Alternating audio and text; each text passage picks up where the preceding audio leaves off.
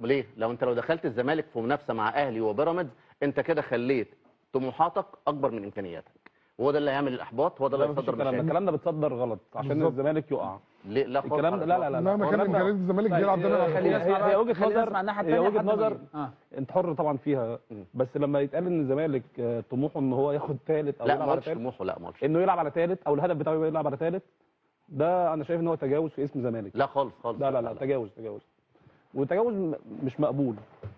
انا ما ارضاش ان الاهلي، انا زملكاوي، عمري حتى لو الاهلي كان واقع في يوم من الايام، حتى لو توصيفه انه مساله لها علاقه بالامكانيات. لا هو ده المقصود. لا والثلاث مواسم الاخيره مع الاهلي بيراميدز زمالك، انا بقول لك ليه يا كابتن محمود انا بقول ده، انا بقول ده ليه؟ كنت في حلقه مع ابراهيم عشان ما يحصلش ازمه جماهيريه. لا هقول لك انت حر في رايك طبعا ما بقدرش اقول حاجه. انا كنت مع ابراهيم في حلقه والاهلي كان 15 صح يا ابراهيم؟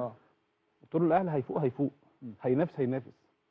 الاهلي والزمالك اسماء، عندهم اسماء وجماهير تخليهم هينافسوا، حتى لو عندهم مشاكل هيتخطوها. بس انك تقول لي مثلا ايا كان بقى الكلمه الطموح او الهدف او الكلام ده، ان الزمالك يرضى انه يبقى ثالث دوري، ده تجاوز اعتقد مش مقبول. طيب